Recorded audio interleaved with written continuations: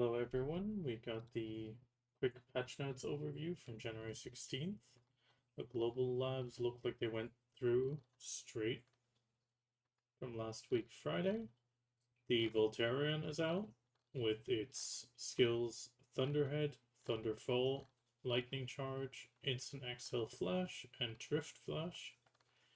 It still is a little bit faster in the acceleration and speed than a Tier 9 Ardonaut, so it will be the fastest of all the Tier 9s. Its turn and brake is a little bit lower, but this probably due to the skills being teleporty skills won't have too much of an effect on it. The main sources for getting the traces of Thunderbolt will be War of the Roses, Conquest Wars, Node War Unlimited, Black Shrine, Sangoon 8 to 10, and Black Shrine Deposed Crown Prince Hard. War of the Roses for the leading guilds, we got 25, 20, 15. For the 3rd Legion, it's always 2. For Conquest War, Glorious Victory will give 12, Burning Victory 10, and Burning Spirit Reward was 4 and 3, respectively. Node Wars, it will generally give 2 traces from Reward Tier 1 to 5, and on a defeat, it will give you 1. Deposed Crown Prince has a guaranteed single drop. Sangoon gives a guaranteed drop from rank 1 and rank 2 to 9 on Sangoon Calamity 10. 1 guaranteed from Boss Slayer's Hall for Calamity 9 and 8. Oh. At rank 1. And then you get a extra one based on a probability from rank 2 to 9. This is a quick overview of the Traces of Thunderbolt acquisition. Most likely we will see PvP players putting it on market, and at least on the mount sale, as the central market is not the source for this. To get it, all we need to do is collect 300 Traces of Thunderbolt, and then start a quest, and we can choose, or the person can choose, a horse emblem for a male Voltarion or a female, most likely prepping a little bit for a tier 10. And it cannot be registered in the central market. Oh no, wait, they actually changed it. It cannot be registered on the horse market, but it can be sold through mount sales and Imperial delivery. So actually the horse will not become available for PvE players in most cases. That is kind of a letdown. I actually read this as it can be registered during global, but we'll see if this holds up. This is kind of a sad change. But moving on, we got the 3 rebound skills for Deadeye, added 3 Black Rage, BSR skills. They've decreased the PvE damage for regular ammo, adjusted PvE for money rounds, increased PvP damage, and improved PvP defensive effects. And they improved the functionality of switch and load. This was pretty much already on global. There's definitely bigger PvP and, well, Deadeye experts out there. We went through this on global briefly. I'm just gonna scroll through this section. They've added now a feature that the fishing level will now also affect your fishing chair's durability loss. So as your fishing level goes up, your fishing chair will use up less durability. Before, this was exclusive to the fishing rod and the fishing float. And improved so you can see the effects of life mastery in more detail. You can now see the benefits of the life mastery down to the 2nd decimal place. For alchemy, you can check the increased chance of getting basic, special, rare items down to the 3rd decimal place. And they improve the explanation of how sailing mastery boosts your stats. They added some description text to the boss summon scrolls. They improved so that the combat skill XP 300% scroll can be stacked with any other XP increase effects. That is kind of nice. And they changed the memory fragment bundle 20 to 50 to a memory fragment 35 in the Season Seal of Journey exchangeable items. And they added the Kibelius Divinus and Kibelius Premium to Deadeye. And now we have the growth calculator for horses being another setup. Oh, no. That wasn't supposed to happen. The growth calculator is in the view stat details, and it now allows you to see your horse info, the growth calculator, and the breed exchange calculator, so you can do what you used to do on Something Lovely and Videolytics completely in game. That is actually quite nice. They added a function to directly register a wild horse to an empty wagon. The wagon must be empty. Up to 4 horses can be registered, and also the direct registration of the wild horse is done with a stable into the stable where the wagon was last stored, so you do need space where you last picked up the wagon. And they increased the maximum level of tier 6 and 7 horses to 100. This was already briefly mentioned. The mount XP has been increased by 25% across all horses, and they increased the price of mounts at the horse market and breeding market and imperial delivery price by about 10%. They've also prepared a small gift for us with the code Welcome Adventure, which is going to be active until February 26th. It's going to give us 1 of each Crocodile feather, 10 mount skill change coupons, 1 reset mount growth elixir, and mounts all skill training coupon. They added some quest changes. They reduced the difficulty of identifying the item to be handed over to the music log. And death penalties have been removed. The Shindig at the Snowfall Crasher is now open to all. Come visit the snow-covered fields and thrilling slopes has released. And we now have expanded notepad functionality.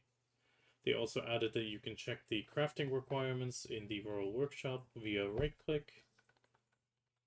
And they added a view to toggle the names of your pets and fairies. And also, Trader's Graveyard finally got its own icon on the world map for those looking forward for season to maybe just grind there or for the titles. Small changes to the mole spawning, and finally a slightly increased the interval between farm spawned moles and their speech bubbles. Otherwise, small visual changes. And with that, we are going into the first events. We got the limited time winter event, Snowfall Crasher. It is now open. It will run to February 6th and is south of the Tory Woods node, which is where you can see Marnie. You have Snowfall quests and food merchants at the bottom there. It will also be the location of the Yeti Piku spawn later in the event. You have Lando's board rentals and an ice fishing spot, and then up here, well, you fly the Griffin up to the mountain, and then you can ride down the Snowfall Crasher slopes. During the event, we're going to receive Snowfall seals, which the main prizes, or the main rewards, are 500 cronstones, a 150 stack, and honey roasted sweet potatoes and crispy goldfish delights. January 16th to February 6th again, you have a quest for Snowfall Crashing the Ice, which is most likely the ice fishing. If you've never done it before, the Griffin lift, you generally just have to climb onto the box. You can walk backwards to sit along the railing to ensure you don't fall, but nowadays with the desync improvements, this should no longer be the case. And then once you reach the summit, you can just jump off. With the snowboard you get from the quest, or with your Noonbora, you get a social action called Snowboard Social Action, where you can then drive down the ramp with D and A with changing the direction, or DA shift for a drift. With F and S you can accelerate. You can accelerate and deaccelerate. With space you choose jump, and space QE is for aerial tricks. And they advise to quick slot the classic snowboard for a smoother ride. There's also a daily quest from the villager at the summit to get a special winter treat, which is pretty much a 1 hour combat PvE buff and a 1 hour life skill buff. as a selectable between the two, and 10 seals. The fishing event is pretty much back, where you get the splat fishing rods, and once per family you can trade them in for a fuzzy alpaca. If you have already completed the shy quest, you can get a second fuzzy alpaca. 30 Valkscry for 5 smelt, 10 Artisan Memory, and a 100 stack. And there's also a weekly exchange for multiple rewards, including some enhancement support boxes, some extra Snowfall seals, and 50 stacks in horse scrolls and drop scrolls. Otherwise, you can also get plump chili smelts and chili smelts, which can be sold for 10 mil and 3 mil according to their pricing. Ice fishing is done via turning your mouse on the center, sort of in a circular motion. If you haven't done this, when it tells you to rotate the mouse left, you reel in the line and bring the fish up, and when you want to slacken the line, you turn it the right way to move the fish away from the surface. So if it's up here, you turn this way, and if it's too far down, you turn it left.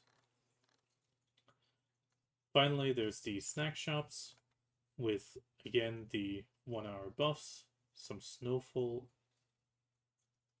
tteokbokki and Snowfall noodle craze. And finally, there's a few weekly event quests in the area with varying rewards of buffs, the whiskey, which is really nice, and extra Snowfall seals. And the Yeti has the Frosted Matchlock coming again. And where is the start?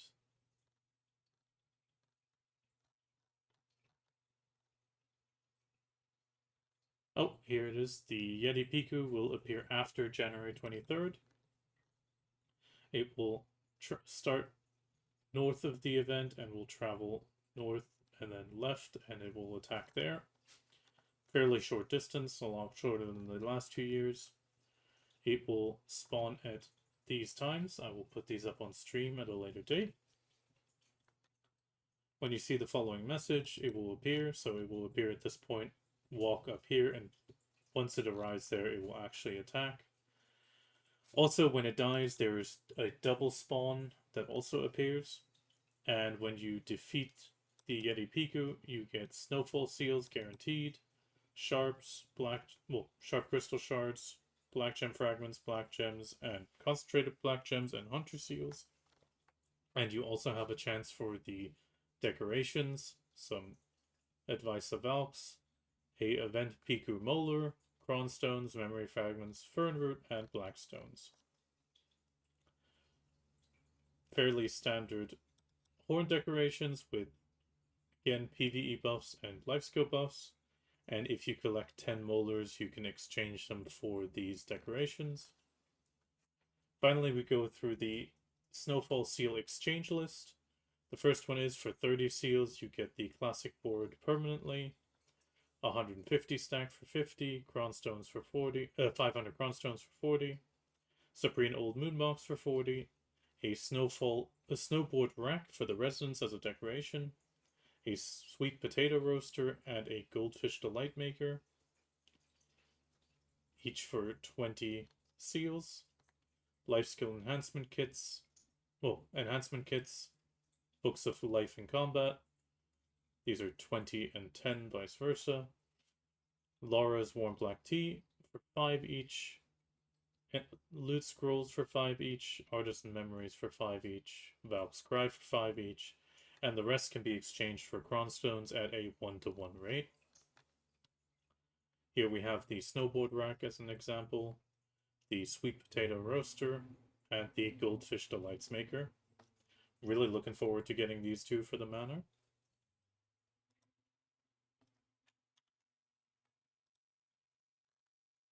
We have a selection of daily rewards coming, which, looking through it, is a fairly life skill heavy one this time around. We got, for example, the Mystical Bellix Lunchbox, Stonetail for the horse, Courser's Aura, 10-hour scrolls. So definitely very life skill heavy. Then there's a New Year's Pearl Blessing. The more pearls you spend, the more rewards and coupons you get, including outfits. You need to see if this is for you. If you collect all rewards up to 44,000 pearls spent, you can reset the Pearl's Blessing and collect them again. It's a lot of money for some magical elixirs and loot scrolls and then crons. If you have the pearls to spend, this might be a good idea to spend them now, but you need to see that for yourself. And finally, we got faster mount growth with Mount XP Hot Time and a coupon. This is pretty much the coupon mentioned earlier, and we have 100% Mount XP currently active as well, including the current life skill buff hitting the 100% and drop rate also hitting 100% with the event from last week upgrading. Let's pull it up real quick.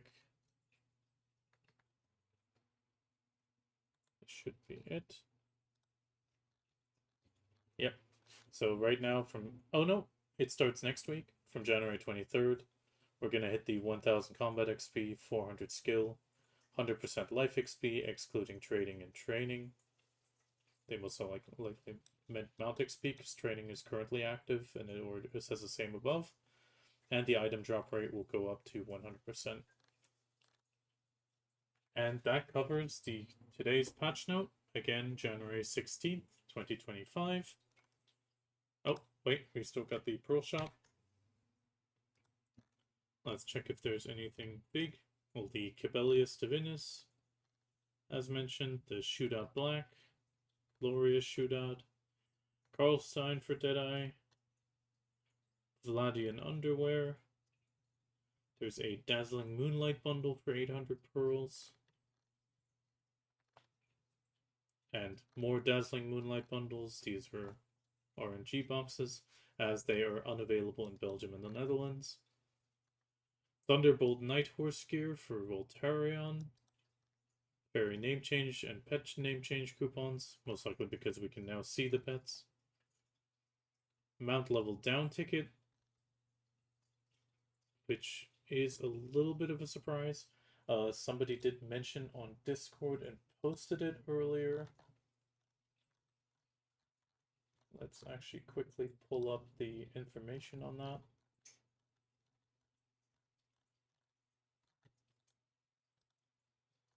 I just need to quickly find it, 1 second. So we have the mount level down ticket. It cannot be used on mounts that have not leveled up.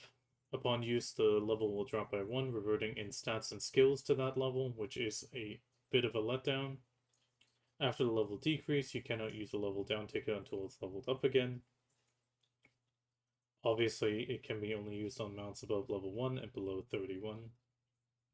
And any skills learned by mount skill change coupons will be reverted. So, to be honest, judging from this, it hardly feels worth it to level down your horse. I might be wrong with that, but currently, judging from this, it does not seem worth it at all. The Crocodile Feather Pack is available beyond the coupon for 4,560 pearls, including some horse buffs. This could be if you really want to push your horse, but generally you can only upgrade each stat by 1%, and only do that once. There's the Choose Your Own Mount Pack, which is a mount brand Spellstone and a Hate. Courser Awakening Pack, Courser Training Pack, Artisan Support, Enhancement Support Packs. Thea's Orbs are back with a 20% discount, and Resplendent Crownstone bundles are currently available, and the 20% off for Fairy Appearance Change coupons. Surprisingly, no wagon coupons mentioned. I'm going to be checking that. But that now covers the entire patch note from January 16th, 2025. And let's get into the game.